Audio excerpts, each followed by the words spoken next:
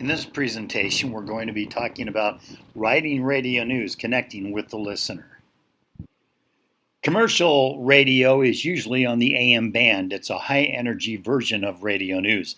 High energy production of highly condensed information, really packed tightly. Some newscasts might run a few minutes, but contain up to 15 stories.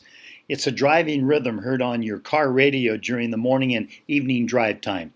Many times, news radio is in 20-minute cycles. For example, WWJ AM Detroit, that's an all-news station. This next slide is an example of a straight reader commercial radio news script. As you can see, it's pretty straightforward. It is written in all caps. Now, you may think, well, why is the writer, yelling? Well, really, this is how you should write broadcast news copy. It's easier to read. This slide is basically the instructions for a commercial radio news story. Reader is something you're just going to read, but then again you have /SOT open. That stands for sound on tape. There's a quick sound bite from an interview that you did out in the field. The others are just instructions you really don't have to worry too much about. Slug is what the name of the story is. Clip is the number that the station gives it. The sound is 7 seconds long. The copy that you're going to read is 22 seconds long. Both of them together is 29 seconds. And then the instructions there are for the board operator at the radio station. And we continue with the commercial radio news reader SOT open story. As you can see, that is the reader that the anchor or you, the reporter that wrote the story, would read. As you can see, the writing is short. It's written to be read out loud. Technology and terminology. There are two basic kinds of commercial radio news stories. Now, a reader with actualities and raps. A reader with actualities is read by the anchor, in which the audio was played of the actuality or the soundbite that was received out in the field. Then the anchor reads the closing copy of the story. Now, a rap includes the anchor lead and a voiced, usually a recorded story by a reporter along with an actuality. That's the equivalent of a news package in television news. Continuing with technology and terminology, R means the anchor reads the copy. S stands for the anchor reading the copy, which includes a soundbite.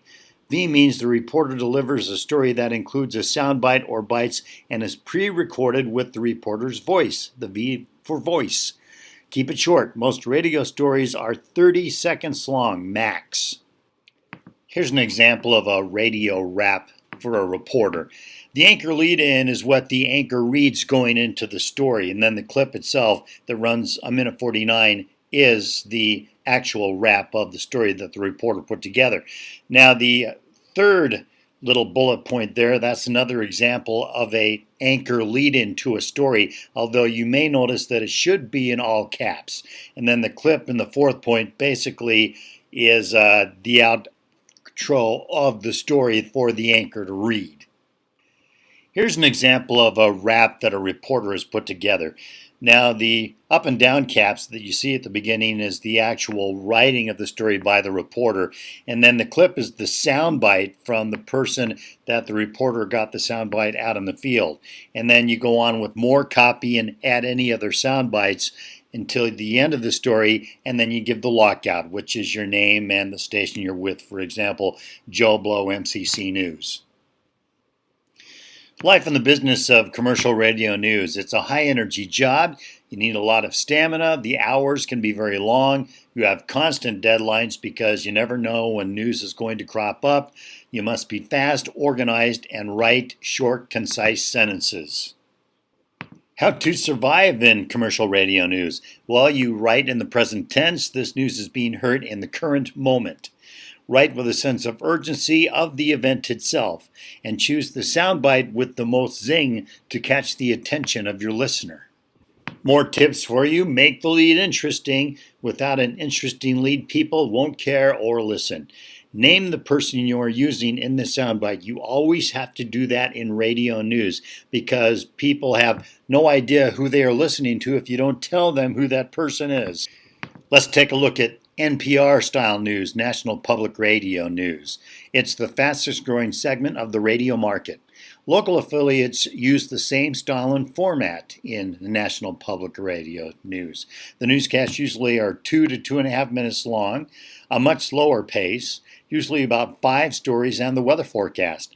They focus on education, the environment, business, and political news.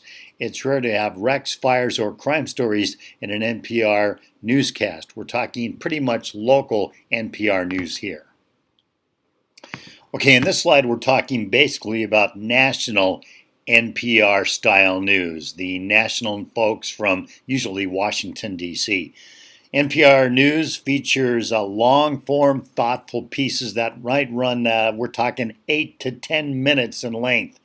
Lengthy interviews and lots of natural sound. For example, a bridge in Austin, Texas, known for a colony of bats in the girders.